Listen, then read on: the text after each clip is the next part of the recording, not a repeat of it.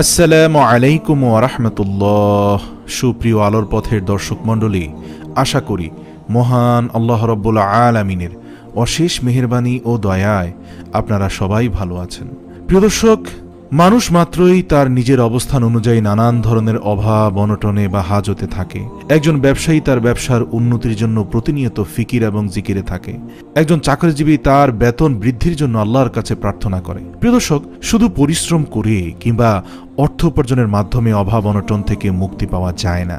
পরিশ্রমকারী বা অর্থ উপার্জনকারীর উপর আল্লাহর বিশেষ রহমতও থাকতে হয়। প্রিয় দর্শক, তাই আজকে আমি আপনাদের সামনে পবিত্র কোরআনের এমন একটি সূরার আমল নিয়ে উপস্থিত হয়েছি। প্রিয় দর্শক, আল্লাহর রাসূল সাল্লাল্লাহু আলাইহি সাল্লাম আল্লাহর শপথ করে বলেছেন যে এই সূরাটি তেলাওয়াত করবে বিশেষ বিশেষ দিবসগুলোতে এবং বছরের ৩৬৫ দিনের যে কোনো মুহূর্তে আল্লাহ রাব্বুল আলামিন অবশ্যই তার মনের নেক আশা পূরণ করবেন। এটি আল্লাহ রাব্বুল আলামিনের ওয়াদা। তবে আপনাকে অবশ্যই এই আমলটির পূর্বে এবং পরে বেশি বেশি দুরূদ শরীফ পাঠ করতে হবে। প্রিয় দর্শক, আল্লাহ রাব্বুল আলামিন কোরআনের মধ্যে সকল সংকটের সমাধান রেখে দিয়েছেন। আমরা কোরআন থেকে সংকট খোঁজার চেষ্টা করি না। আমরা পীর ফকির বুজুর্গদের কাছে গিয়ে তাদের মাধ্যমে দোয়া করিয়ে আমরা সুফল নিতে চাই, অথচ আল্লাহর কাছে যাওয়ার জন্য কোনো বাধা নেই, কোনো মাধ্যমের প্রয়োজন নেই। আল্লাহ রাব্বুল আলামিন তার প্রত্যেক বান্দাকেই ভালোবেসে সৃষ্টি করেছেন। আল্লাহ রাব্বুল আলামিনের এই দুনিয়ায় তো কাফের মুশরিক নাস্তিকরাও প্রচুর পরিমাণ রিজিক পাচ্ছে। তাহলে একজন মুমিনকে কেন আরেকজনের শরণাপন্ন হতে হবে? পবিত্র কোরআন আপনার জন্য শ্রেষ্ঠ মাধ্যম হতে পারে। প্রিয় দর্শক, মনের আশা পূরণের জন্য যে সূরাটি আপনি তেলাওয়াত করবেন সেটি হচ্ছে সূরা ইয়াসিন। সূরা ইয়াসিন তেলাওয়াতের মাধ্যমে আল্লাহর রহমত বরকত আসে। সূরা ইয়াসিন তেলাওয়াত করলে মনের হাজত বা মনের আশা পূরণ হয়। হযরত আতা বিন আবি বারাহা রাদিয়াল্লাহু তাআলা আনহু থেকে বর্ণিত, তিনি বলেন, আমি শুনেছি যে রাসূলুল্লাহ সাল্লাল্লাহু আলাইহি সাল্লাম বলেছেন, যে ব্যক্তি দিনের বেলায় সূরা ইয়াসিন তেলাওয়াত করবে তার সব হাজত পূর্ণ করা হবে। সুনানে দারিমি ৩৪৬১। হযরত আব্দুল্লাহ ইবনে জুবাইর রাদিয়াল্লাহু বলেন, যদি কোনো ব্যক্তি সূরা ইয়াসিন অভাব অনটনের সময় পাঠ করে তাহলে তার অভাব দূর হয়, সংসারে শান্তি ও রিজিকের বরকত লাভ হয়। প্রিয় দর্শক, এখন তো জিলহজ মাসের প্রথম 10 দিন।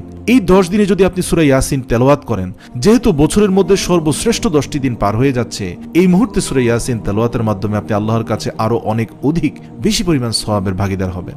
এছাড়াও বছরের ৩৬৫ দিনের যে কোনো দিন এই সূরা তেলাওয়াতের মাধ্যমে আপনি আল্লাহ রাব্বুল আলামিনের দরবারে তার আরশের দরজা খোলা পাবেন আপনার মনের সকল আশা পূরণ করিয়ে নিতে। সুবহানাল্লাহ।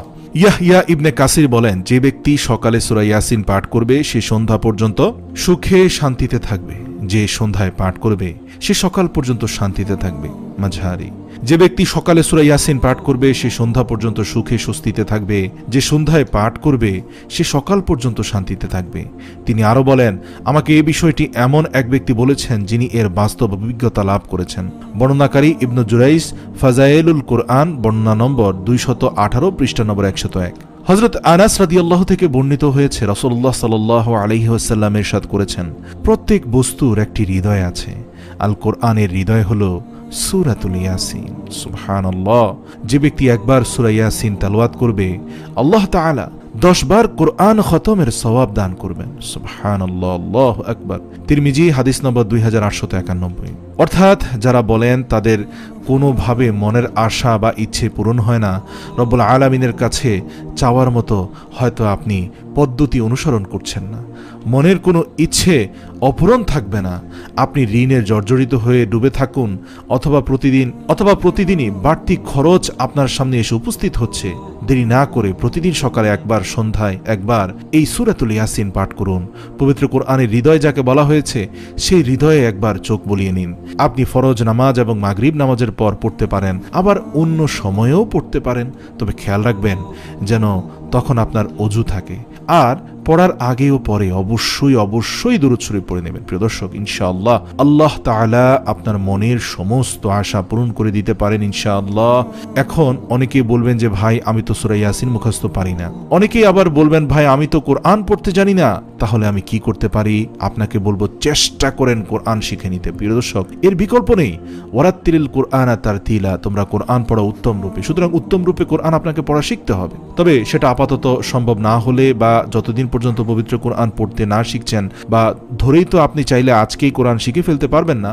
সুতরাং কোরআন শিখতে থাকুন, পাশাপাশি ততদিন পবিত্র কোরআন শুনেও এই আমল করতে পারেন। অর্থাৎ আপনি চাইলে আপনার কম্পিউটারে, আপনার মোবাইল ফোনে পবিত্র কোরআনের সূরা ইয়াসিন তেলাওয়াত চালু করে দিতে পারেন এবং তার পাশাপাশি বাংলা তর্জমাটাও শুনতে পারেন, এবং চোখ বন্ধ করে কানটাকে খরগোশের মতো খাড়া করে মনোযোগ দিয়ে আপনার কলবের ভেতরে এই সূরার আওয়াজ ঢুকতে দিন। তাহলেও ইনশাআল্লাহ আমলটি হয়ে যাবে। তবে মনে রাখবেন, পড়ার বিকল্প নেই। তবে আরেকটা কথা মনে রাখবেন প্রিয় দর্শক, যারা কোরআন পড়তে জানেন না তারা অলসতা করে কোরআন না পড়ে শুধুমাত্র শুনে আমলেই সন্তুষ্ট থাকা যাবে না। আপনাকে অবশ্যই কোরআন পড়া শিখতে হবে। আল্লাহ তাআলা আমাদের সবাইকে রহমত দান করুক, আমাদের মনের আশা পূরণ করে দিক, এবং এই জিলহজ মাসের শ্রেষ্ঠ 10টি দিনে বেশি বেশি নেক আমল করার তৌফিক দান করুক। ওমা তৌফিক ইল্লা বিল্লাহ।